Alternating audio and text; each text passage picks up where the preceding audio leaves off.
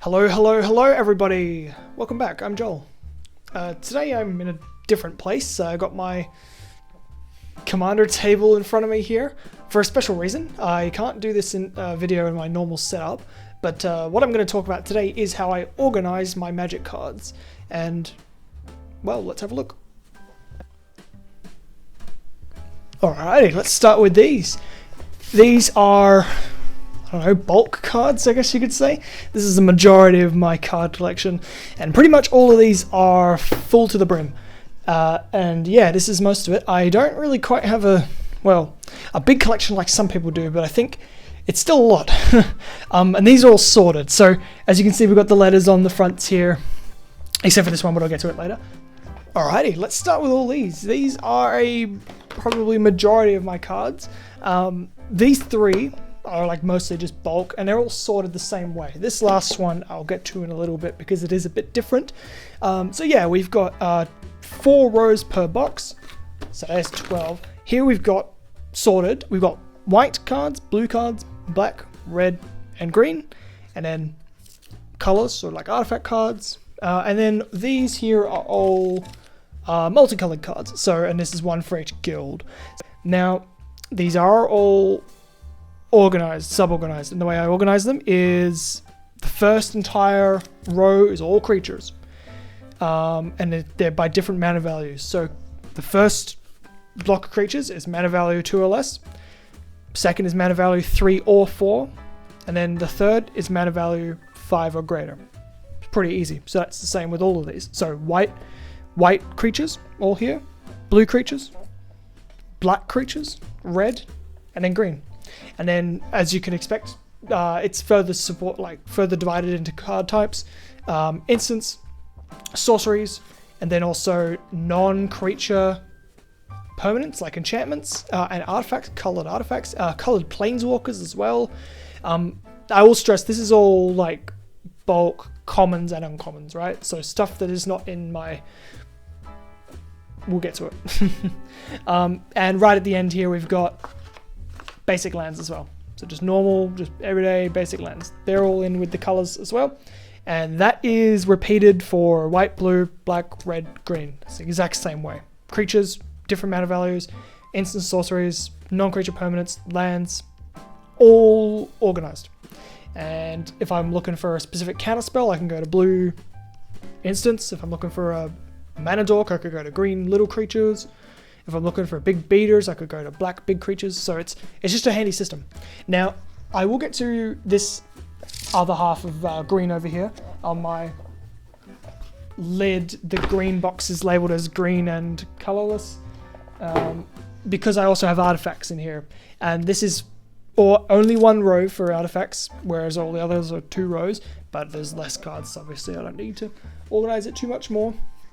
Now, same sort of idea. Small creatures, so mana value 2 or less, medium creatures, and then large creatures. This giant chunk in the middle is non-creature, non-equipment, non-vehicle artifacts, I guess I'll say. So just normal, like, I don't know, mono artifacts, I guess you would call them if you were like really old.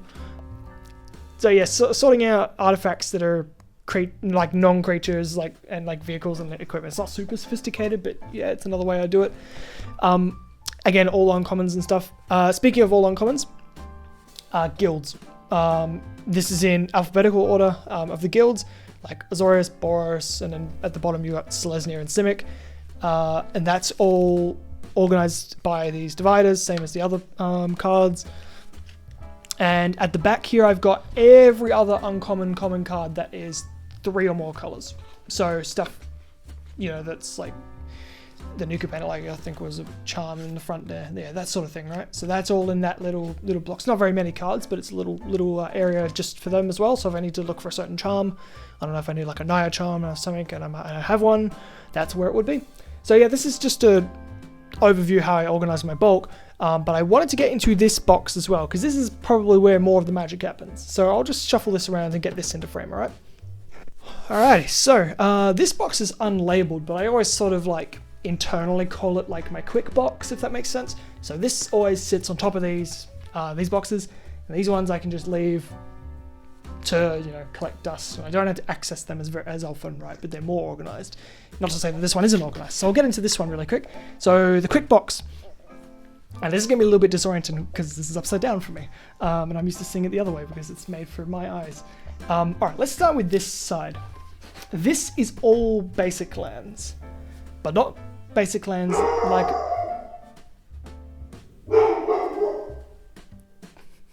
Can you guys hear my dog barking? Does he have to bark right now? All right. Anyways, this whole column, this whole, whatever you want to call it, is all basic lands. And it's fancy, full art basic lands, right? I'm a big basic land fiend. I just love it. Every time I find basic lands, I just want good ones. Zendikar ones, I don't know, freaking Midnight Hunt ones. I just had to have basic lands. It's kind of a curse. So yeah, this whole area is just fancy basics. Yeah, fancy basics. And I don't have like playable amounts of all of these, but fancy basics. So yeah, sometimes I just build decks to just run basics. It's pretty much what happened with my Nissa deck, but that's in the story for another day. Alright, so that's reasonably self-explanatory. Oh, and there's wastes back here as well, if you ever want wastes for anything. Don't get me started on wastes. Wastes is... I love wastes, but yeah, that's a story for another day as well. Ooh, let's see here. Alright, in the front here, I have a bunch of like sleeves. And I have other sleeves in other boxes, but these are like just a plethora, rainbow swath of just random sleeves that I can put commanders in, I can put tokens in, I can just put like reminder cards and stuff in. It's just handy to have like nice sleeves. And these are usually like extra sleeves from packs of sleeves I buy. You know how like the 100 packs will come with like 102, 103 sleeves. Alright, over here is probably the next easiest bit to understand. Oh, also, before I get into it, you may have seen that I have these Dragon Shield sleeve boxes in here. These are just to fill space, just to make the cards not slide around as much if I'm moving the boxes around. And so I can, it's kind of like, so I can divide stuff as well.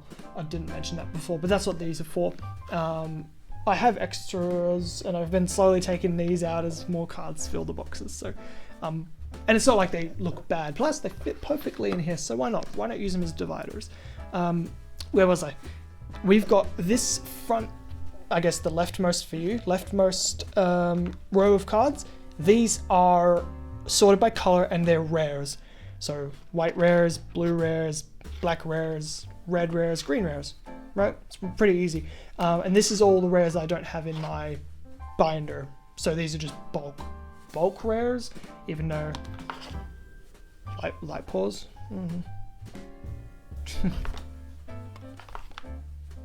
Yeah, just normal rares, right? Let's go into the next column now. Here we get to non-basic lands. This again goes in like the quick box because I do like to have these on hand. So here we go, colorless non-basic lands. You sort of like your Evolving Wilds and what is this? Escape Tunnel. It's pretty much Evolving Wilds. Yeah, so colorless non-basic lands. Here I've got monocolored non-basic lands. Now these aren't, they used to be, but they're not at the moment, sorted in by color.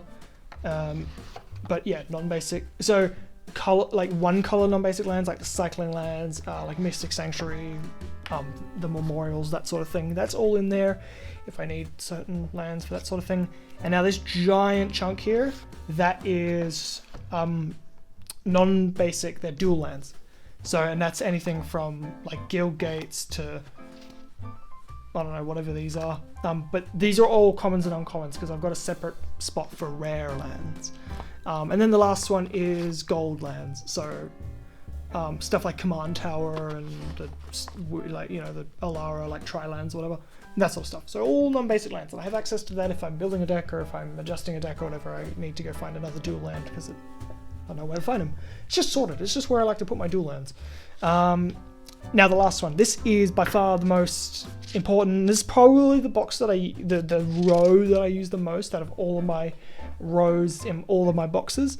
Let's start off with this upper section. I believe it starts from...